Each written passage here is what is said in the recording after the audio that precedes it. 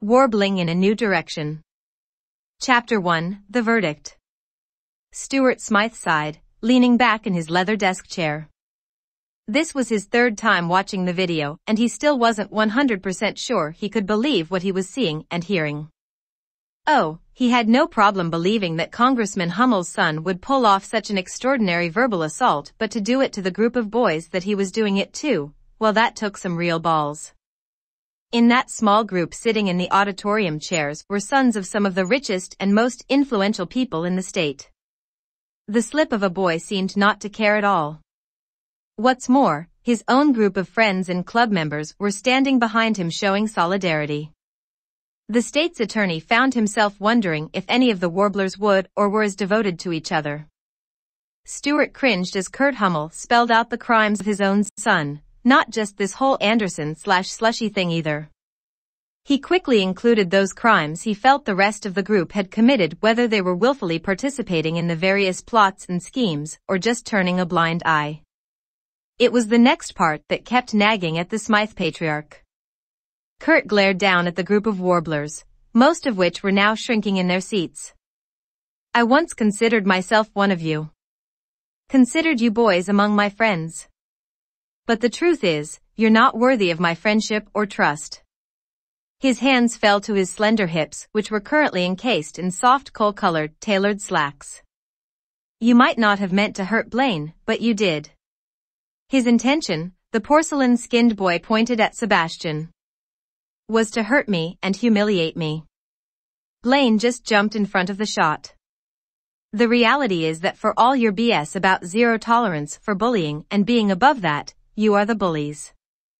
You silence any opinions that don't fit your status quo. You hurt and humiliate those who dare stand against you. At least here, bullies are honest about who and what they are. You boys wouldn't last a week in the halls of McKinley if you attended this school. A week starting your days off getting tossed in a dumpster. Or changing 3 times in one day due to slushy-wielding jocks. And that's to say nothing of how you'll respond to the frequent painful locker checks, tripping, and spiteful hate-filled words. Turning away, a slim-fingered hand waved back toward the uniformed group. Go back to your ivory tower, boys. This is done, and honestly, if I never see another Dalton uniform, it will be too soon. The video ended as Kurt Hummel walked off stage, and a few voices could be heard from the floor from, Stuart guessed, boys who did not want to lose their connection to the feisty boy.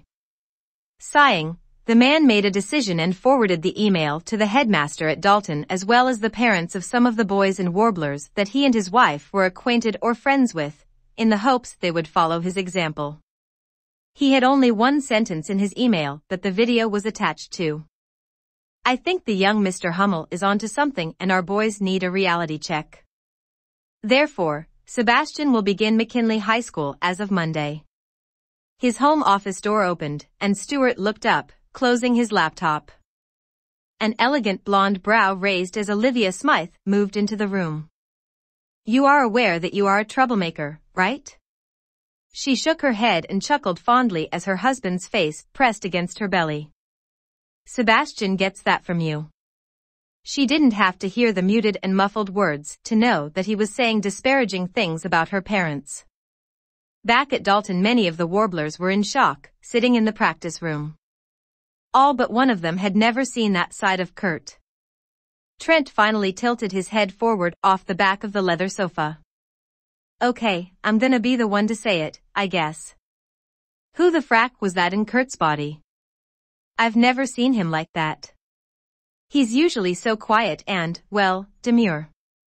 Sweet and such a perfect counterpart to Blaine's bigger-than-life personality. He whistled and looked around the room.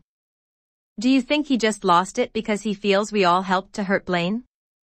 Snorting, Sebastian rubbed a hand over his face. Are you fracking stupid? What happened today was restrained compared to some of the verbal smackdowns I've gotten from him. Trust me, we got off lightly.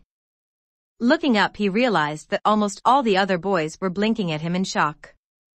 Oh, Jesus. You guys have seriously never seen the real Kurt, have you? I mean. He shook his head and stood up. This is just so many levels of fracked up, and I'm too tired to listen to it or to you all bitch at me. Waving, Sebastian left with the door clicking shut behind him. Nick looked at Jeff and they both sighed. He's right. The brunette finally broke the silence.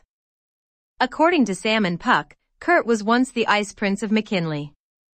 He ripped people apart with words, and no matter what any of them did to him, he still walked down the halls with his head high, and as if nothing they did could touch him. Jeff laughed. According to Puck, it drove him crazy. And quite a few others who wanted to put him in his place. They told us that the Kurt we sent back to New Directions is a shadow, or like the shell of the guy he was before. Looking around, many of the boys in the room shifted uncomfortably at the news shared by the couple.